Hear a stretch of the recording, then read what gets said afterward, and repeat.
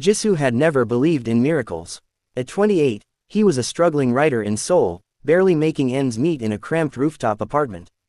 His latest manuscript had been rejected for the 5th time, and his bank account balance mocked him with its emptiness.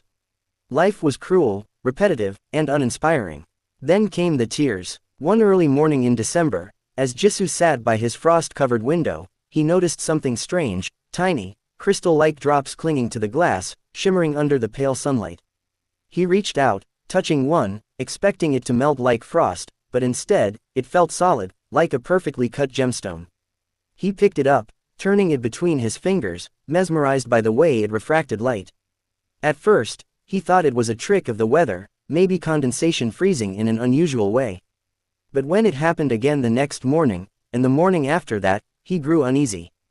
Jisoo asked his neighbor, an elderly woman who had lived in the building for decades, if she had ever seen anything like it.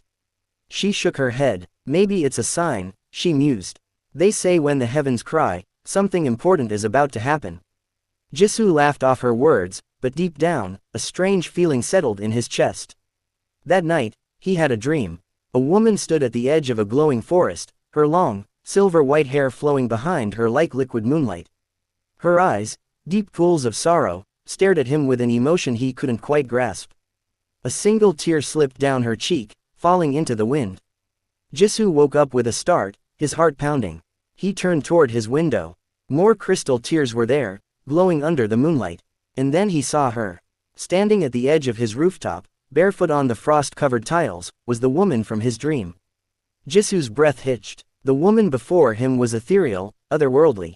Her skin glowed faintly, and her long hair shimmered under the cold night sky. But what caught his attention the most were her eyes, full of unspoken grief. She took a hesitant step forward, and he instinctively moved back. "Who are you?" His voice barely came out. The woman lowered her gaze, her lips trembling. "My name is Nara." Something about the way she said it made his heart tighten. "You," he swallowed. "Why are you here?" A pause. Then, she met his eyes and whispered, "Because I've always been watching over you." Jisoo frowned. "What do you mean?" Nara hesitated, looking up at the sky as if gathering her courage. "I'm a tooth fairy." Jisoo blinked, then laughed. "A what?" "A tooth fairy," she repeated, her voice laced with sadness. "The one who took your lost teeth when you were a child. The one who left you coins under your pillow. The one who has watched over you since the day you made your first wish." Jisoo scoffed, rubbing his temples. "Right, okay, you're crazy." But then Nara raised her hand. A soft, golden glow radiated from her fingertips. The wind shifted, swirling around them like an invisible force answering her call. The air crackled with magic. Jisoo's breath caught. "Fairies are not meant to be seen by humans," Nara murmured. "But I broke the rule." Something in her voice made his chest tighten.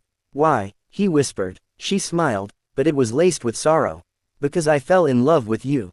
The world tilted. Jisoo had never believed in love at first sight.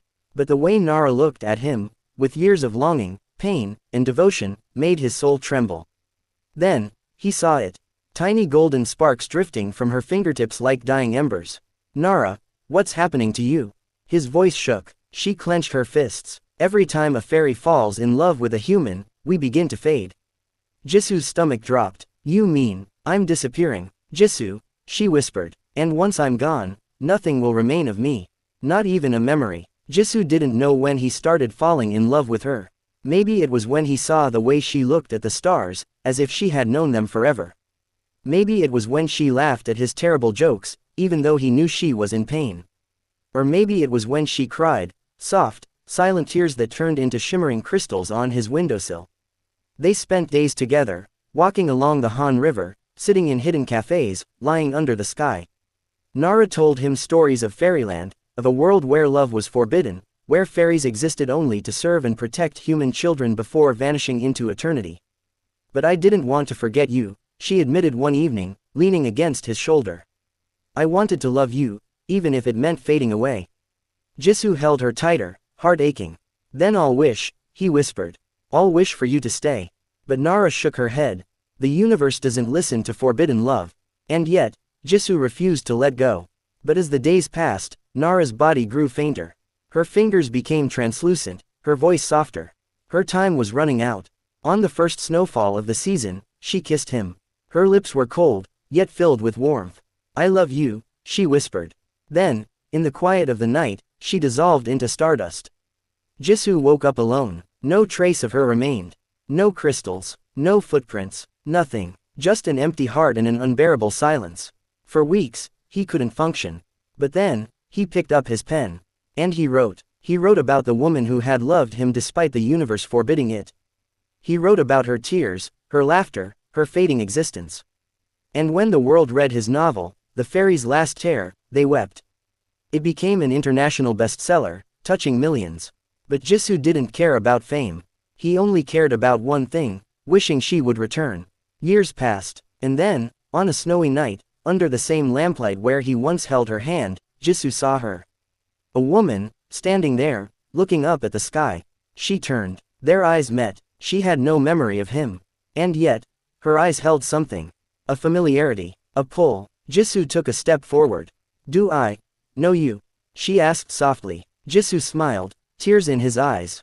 Maybe, he whispered. Maybe it's fate. And as the snow fell around them, he realized, love always finds its way back, even beyond eternity.